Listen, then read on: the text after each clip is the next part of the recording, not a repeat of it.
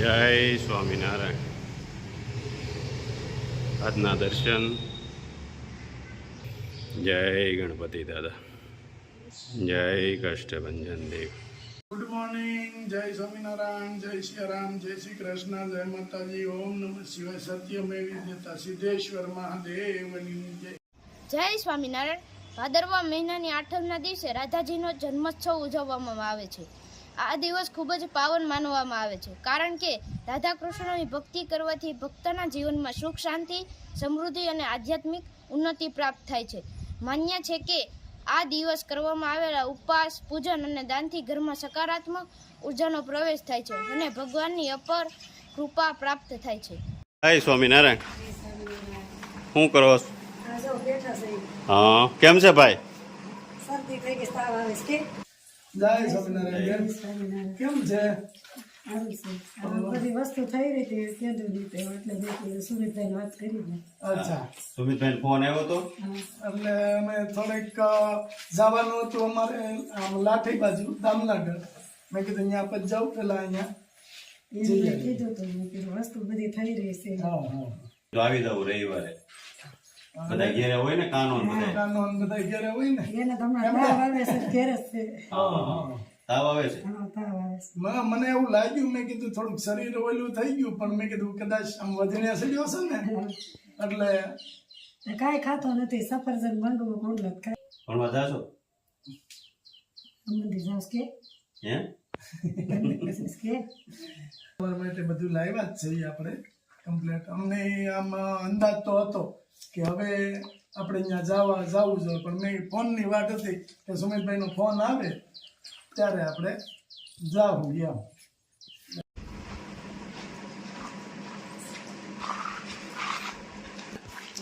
દેવાઈ ગઈ? બે જગ્યાએ લઈ ગયા દવાખાને. માણસ સારું છે પણ કાંઈ ખાતો નથી. જો બેન આ લાવ્યા છે ઈ તમને આગળ કીધું છે, ખાઈ પી આનંદ કરવાનો, ઉપાધિ કોઈ જાતની નહીં કરવાની. વસ્તુ આવે છે એટલે મારા અવકાશ ઉપાડી. બસ ટેન્શન નહીં લેવાનું. જો તમે ટેન્શન લેહો તો બચાવ બિચારા નાના નાના બાળકો છે એ હું મૂંઝાઈ જાય, એટલે એને મૂંઝાવા નહીં દેવાનું. એ રીતે આપણે રહેવાનું ઘેરે, એને ખબર ન પડવી જોઈએ એ રીતે. એટલે જો તમે ઉપાધિમાં ને તમારું મોટું જરા કોઈનું ભાવ છે ટેન્શનમાં, તો એને મૂંઝાય કે હવે અમારે શું કરવું એમ. એટલે તમારે કોઈ જાતની ઉપાધિ તો કરવાની જ નથી. કીધું નહીં કે નહોતું એટલે મેં કીધું એટલે એવું હોય તો કહી દેવા. અને ખુશ રહેવાનું. પેલી ફેરું આવ્યા તો એ બેન રડતા હતા કેટલું કાનું આ બેનું, પણ હવે બેન ખુશ છે. બસ તમે ખુશ એટલે અમે ખુશ. આ બધી વસ્તુ મળી જાય છે એટલે બીજું શું મારે. બસ અને ટાઈમો ટાઈમ તમારે બધું પહોંચી જાય, કાંઈ ઉપાધિ નહીં કરવાની. તમતા સુમિતભાઈ છે જ નહીં, ફોન કરી એ દેજો. તો ક્યાં વાંધો. એ મને પૂછ્યા કરે સાહેબ મળે તો કઈ જરૂર હોય તો કહેજો. હા, અને એક આપણે શું કરવાનું, ભગવાનનું ભજન કરવાનું. જેટલી વાર ટાઈમ મળે એટલી વાર, અને જે ભગવાનને માનો એ ભગવાનને, બરાબર. ભગવાનનું ભજન કરવાનું. બસ એને કઈ દુઃખ તે દીધું છે એ દુઃખ પાર પાડ.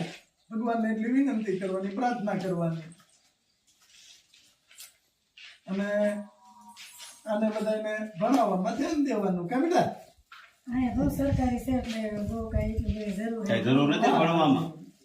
ભણવામાં જરૂર હોય તો કહેજો તમે. હા, ભણવામાં કઈ જરૂર હોય તો કહેજો. હો, અને કાના આવું જ મારે ભેગું તારે. તારે જ આગળ હાલવાનું છે હો. બધું પછી તારે જ કરવું પડશે. એટલે ઓલાની ગોળે હા, તારું જીવન છે ને અત્યારે શિવાજી જેવું થઈ ગયું છે, સમજી લેજે. નાનપણથી જ તારે સમજવું પડશે. શિવાજી મહારાજ કેમ નાનપણથી સમજ્યા હતા કે ના, કેટલું બધું એને સહન કર્યું, કેટલું બધું લડ્યા. એમ તારે જજુંબાનું છે સમય સામે, અને બધાને સુખી કરવાના. શું કરવાનું? તાર મમ્મીને ઉપાધિ ન રહેવી જોઈએ, એવું કામ કરવાનું. તોફાની છે એમાં હોશિયાર છે. આવું જ અમારે ભેગું. આવું છે. જાઉં મામા ભેગું આપણે અહીંયા દવા લઈને પછી મેકી જાવ. હા, જો બેનને કાનો કે કાનાનો જન્મ નહોતો થયો ત્યારે ભાઈ ધામમાં જતા રહ્યા છે. અને આ દીકરીઓ તેમ ચાર દીકરીઓ છે. ચારે દીકરીઓ ભણે છે અને કાનાના જન્મ પહેલા એના પપ્પા ધામમાં જતા રહ્યા છે. પણ ભગવાનની દયા અને બેનની અને બાળકોની કંઈક પુનાય કે આપણી સુધી કોન્ટેક્ટ થયો અને આપણે એને જે કાંઈ વસ્તુ જોઈએ એ પહોંચાડીએ છીએ. અને હવે બેન એકદમ ખુશ છે, દીકરીઓ ખુશ છે. ખુશ છો ને બેટા? હે? હા એમ. એટલે નાનો છે પણ કાલે વારે મોટો થઈ જાય એવું આપણે વસ્તુ એટલી પહોંચાડીએ કે આશ્વાસન દઈએ. બીજું તો જેની ઘરેથી માણાની ખોટ છે એ તો કોઈ દી પુરાવાની નથી, પણ આપણે આશ્વાસન દઈએ ને તો એને એમ થઈ જાય કે હિંમત આવે અને હિંમત રાખે. અને બેન આ બેન બહુ હિંમત વાળા છે. હું તો કહું કે બીજા બેન હોય તો હારી જાય પણ બેન ઠેઠ સુધી હિંમત નથી હાર્યા. તો હવે કાલે વારે કાનો છે, બેનને નોકરીએ લાગી જાય પછી બેનને કોઈ ટેન્શન નથી. ત્યાં સુધી છે બેનને કોલેજ કરે છે.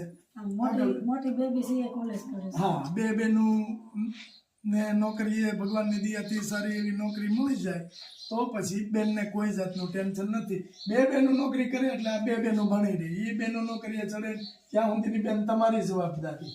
અને પછી તમે નોકરીએ ચડો પછી કાનાની તાર મમ્મીની તમારી જવાબદારી. કાનો નોકરીએ ચડે એટલે બેનો છૂટા. તાવ આવે છે?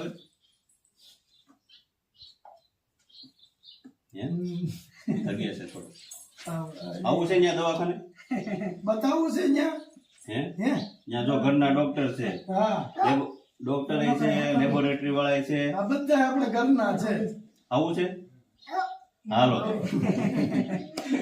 કાંઈ વાંધો નહીં બેન, જો નો ફેર પડે ને તો અહીંયા લેતા આવજો. ચલાળા લેતા આવો. ત્યાં આપણે ડોક્ટર ઘરના છે, લેબોરેટરી ઘરની છે, તો લેબ કરાવી લેબોરેટરી કરાવીને પછી દવા લઈને તો જલ્દી એને રાહત થાય. એવું લાગે ને તો કાલ તમતાર કાલે આવો.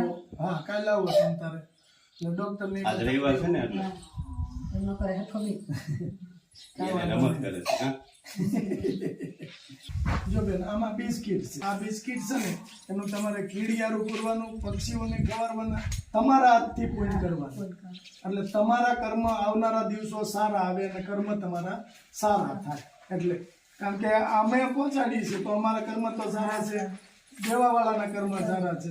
તો તમારા હાથથી નહીં કાંઈક પૂર્ણ થવું જોઈએ કે અમે જ નકરું કરી એવું નહીં. તમારા હાથથી પૂર્ણ થાય, તમારા આગળના દિવસો સારા જાય અને એવી ભગવાનને પ્રાર્થના કરવાની. કીડિયારું પૂજ્યો અને પક્ષીઓને ખવડાવજો.